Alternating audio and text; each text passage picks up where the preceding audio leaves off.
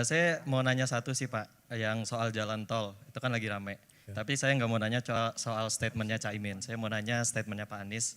Pak Anies sempat bilang kalau salah satu skema opsi yang lebih baik untuk pembangunan jalan tol adalah rakyat yang tanahnya diambil atau yang kena skema jalan tol, itu dibuat penyertaan modal.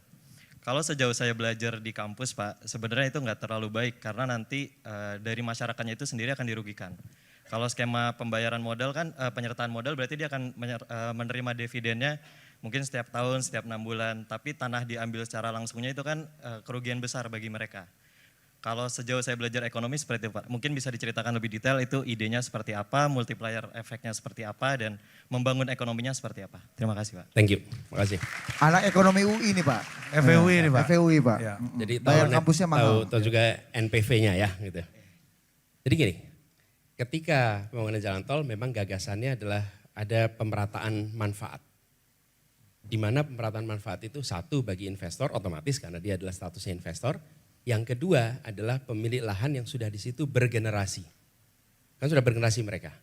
Nah, kita menemukan kenyataan di lapangan ketika tanah itu dijual, mereka mendapatkan uang yang jumlahnya besar, sementara mereka tidak pernah mendapatkan uang sebesar itu. Dan boleh dicek studinya, menunjukkan bahwa uang itu gampang sekali habis. Akhirnya mereka malah hidupnya menderita, tidak punya tanah lagi.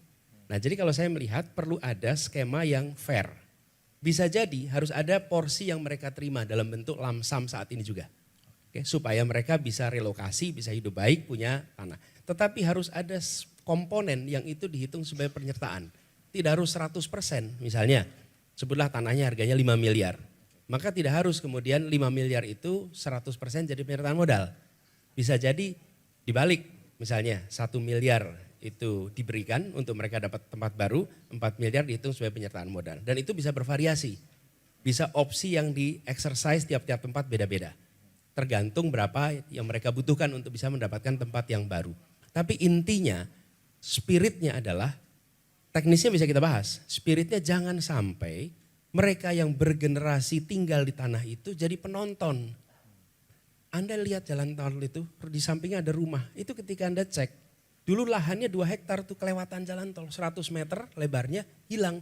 Terus mereka di situ mendapatkan kebisingan kendaraan bermotor lewat sambil membatin. Coba dulu ya yang separuh tanah kita itu dihitungnya penyertaan.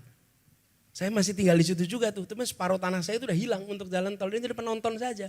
Tapi kalau itu penyertaan modal, tolnya maju, investornya dapat, penduduk asal situ mendapatkan manfaatnya. Gitu kira-kira.